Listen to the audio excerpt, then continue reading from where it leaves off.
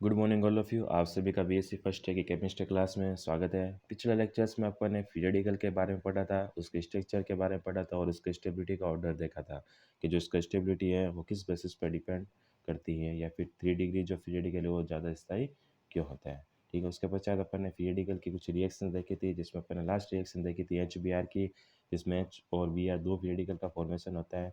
ठीक है, अब इसकी अटैचमेंट की रिएक्शन देखते हैं कि अगर CH2CH और CH2Br है, अगर एक और बी आर इसके पीरियडिकल इसके ऊपर अटैक करेगा तो कौन से पोजीशंस पे अटैच होता है। ठीक है, मतलब एक बी आर जुड़ेगा तो यहाँ पर जो कार्बन का बॉन्ड है वो रिमूव हो जाएगा और सी एच जो है वो बीच वाला जो सी एच है वो क्या पीरियडिकल की तरह कार्य करना शुरू कर देता है।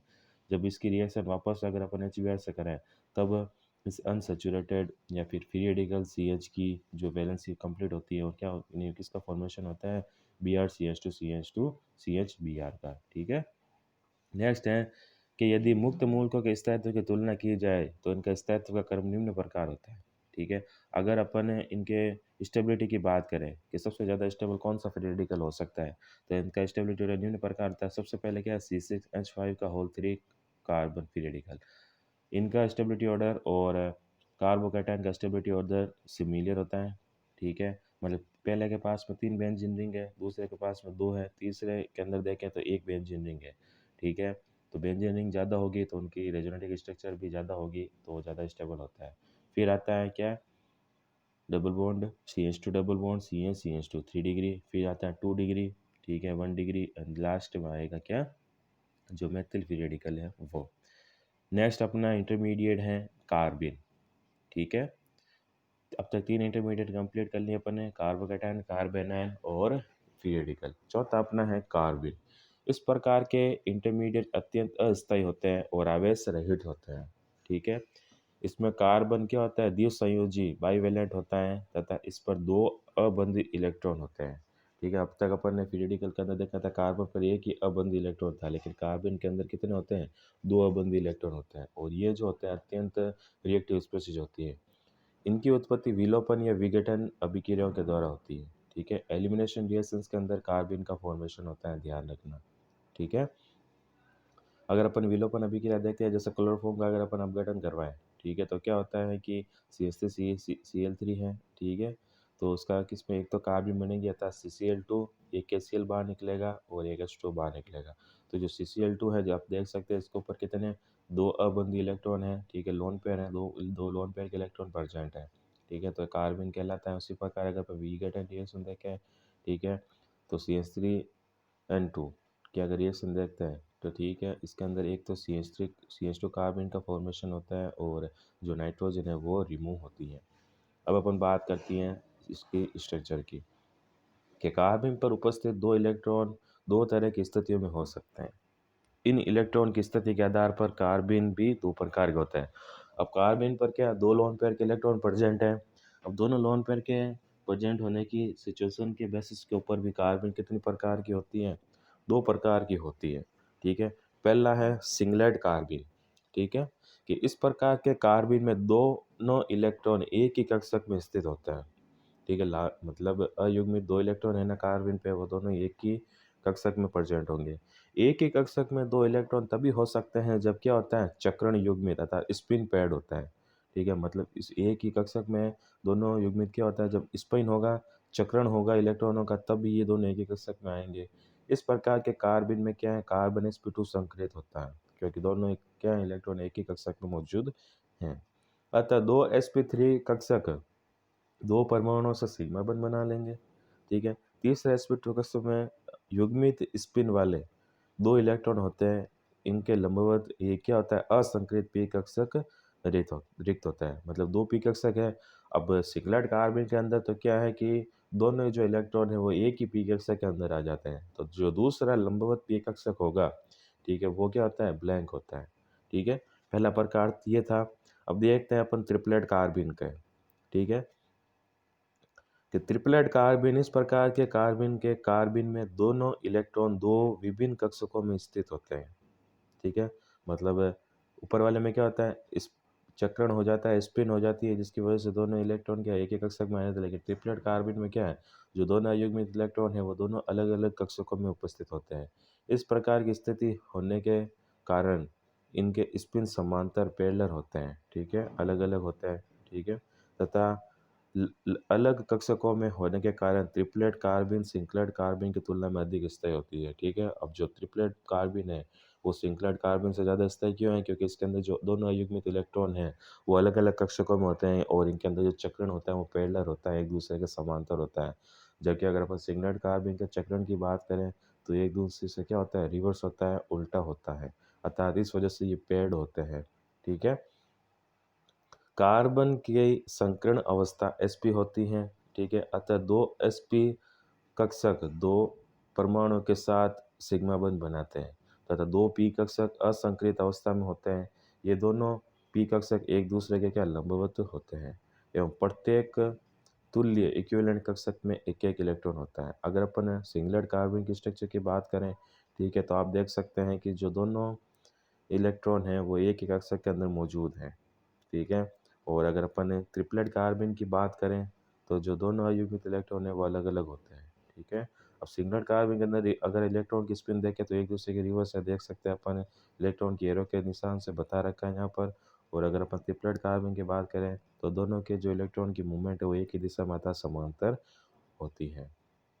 कार्बिन के नाम प्रतिस्थापी कार्बिन के रूप में दिए जाते हैं, ठीक है। कार्बिनों का अगर नाम देखें तो कार्बिन प्रतिस्थापी के रूप इनका नाम दिए लिख सकते हैं, जैसे CCl2 है, इसका अपन क्या लिख सकते हैं, डाइक्लोरोकार्बिन लिख सकते हैं, ठीक है।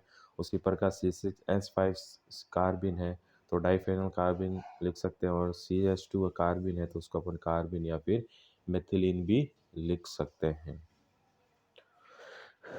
नेक्स्ट अपना है स्टेबिलिटी। कार्बन की स्टेबिलिटी की अगर अपन बात करें कि यदि कार्बन में दो ऐसे परमाणु जुड़े हो जिनके पास एकांकी इलेक्ट्रॉन युग्म हो तो ऐसे कार्बन अनुनाद के कारण कुछ स्थायित्व प्राप्त करते हैं, ठीक है। यदि कार्बन कार्बन के पास में से दो परमाणु प्रेजेंट है जिनके पास क्या है, एकांकी इलेक्ट्रॉन युग्म है, तो उस कंडीशन में कार्बन क्या करेगा, रेजोनेंस करके अपनी स्टेबिलिटी प्रोवाइड करेगा, ठीक है। जैसे R2N है, CnR2 है, तो इसके अंदर क्या होता है, नाइट्रोजन के पास लोन पेयर है, ठीक है, कार्बन के पास भी है, तो इस कंडीशन में क्या होगा, लोन पेयर रेजोनेंस होगा जिसकी वजह से कार्बन को स्टेबिलिटी मिलती है, ठीक है। अब अपन इसकी अगर फॉर्मेशन की मेथड देखें कुछ कि CH2 है प्लस CH2 से रिएक्शन करेगा, ठीक है, कार्बन है, तो कार्बन का फॉर्मेशन होता है साइक्लिक स्ट्रक्चर, साइक्लेन का फॉर्मेशन होता है, ठीक है। उसी प्रकार अगर अपन CH3 की रिएक्शन R2C से करवाएं, ठीक है, तो CH3 CH2 का फॉर्मेशन होता है, ठीक है। एराइन के नेक्स्ट हैं fifth intermediate reactive carb aryne sorry aryne aryne क्या होता है देखते हैं कि बेंजीन तथा उसके व्युत्पन्नों के 1,2 हाइड्रोजनीकरण से प्राप्त त्रिआबंधन युक्त संरचना को अपन क्या कहते हैं, बेंजाइन्स या एराइन्स कहते हैं, ठीक है। क्या अब बेंजीन की बात करते हैं, ठीक है। कार्बन के अंदर तो अपन ओपन ओपन चेन स्ट्रक्चर की बात की थी कि कार्बन का फॉर्मेशन कैसे होता है, लेकिन एराइन का जो फॉर्मेशन होता है वो क्या होता है, बेंजीन या उसके डेरिवेटिव से होता है, ठीक है। अगर अपन बेंजीन के 1 और 2 पोजीशन पे क्या करें, डिहाइड्रोजनेशन करवाएं अर्थात हाइड्रोजन रिमूव करवाएं, तो उस पोजीशन पे क्या हो जाता है, थ्री बॉन्ड का फॉर्मेशन हो जाता है, और बेंजीन की थ्री बॉन्डेड स्ट्रक्चर क्या कहलाती है, एराइन कहलाती है। अतः बेंजाइन को अपन डिहाइड्रोबेंजीन भी कह सकते हैं, ठीक है। यह एसिटिलीन का एरोमेटिक प्रतिरूप है, ठीक है। अगर अपन एसिटिलीन के अंदर स्ट्रक्चर देखें क्या होता है, एसिटिलीन की structure CH triple bond CH, ठीक है, तो ये एरोमेटिक फॉर्म कह सकते हैं अपन एसिटिलीन की, ठीक है। संरचना अगर अपन इसकी देखें तो बेंजाइन मध्यवर्ती में कुल 8 इलेक्ट्रॉन होते हैं, ठीक है।